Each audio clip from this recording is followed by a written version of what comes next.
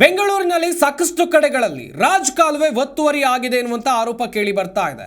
ಹೀಗಾಗಿ ಮುಖ್ಯಮಂತ್ರಿ ಸಿದ್ದರಾಮಯ್ಯನವರು ತಿಳಿಸಿದ್ದಾರೆ, ಯಾರೇ ಪ್ರಭಾವಿಗಳಿದ್ರೂ ಪರವಾಗಿಲ್ಲ, ಒತ್ತುವರಿಯನ್ನ ತೆರವುಗೊಳಿಸಿ. ರಾಜಕಾಲುವೆ ಒತ್ತುವರಿ ಆಗಿದ್ರೆ ತೆರವುಗೊಳಿಸೋಕೆ ಸೂಚಿಸಲಾಗಿದೆ.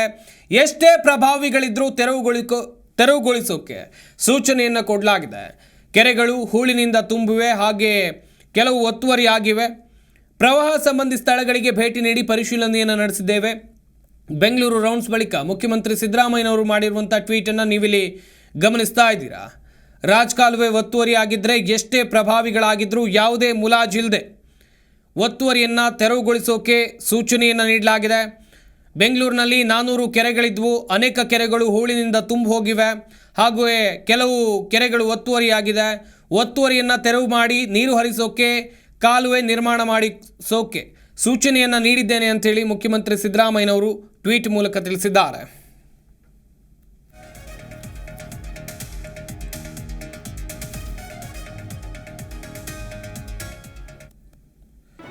ಜಿ ಕನ್ನಡ ನ್ಯೂಸ್ ಈಗ ನಿಮ್ಮ ಮನೆಯಲ್ಲೇ ನೋಡಿ.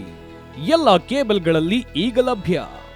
ಸನ್ direct 292, Jio TV 1334, U digital 162, city cable 51, GTPL 17, Abhishek cables 821, rock line telecommunication 51, Shri Basaveshwara number 60, Vinayaka digital number 53, in digital number 896ರಲ್ಲಿ. ನಿಮ್ಮಿಷ್ಟದ ಜಿ ಕನ್ನಡ ನ್ಯೂಸ್ ನೋಡಿ ಆನಂದಿಸಿ.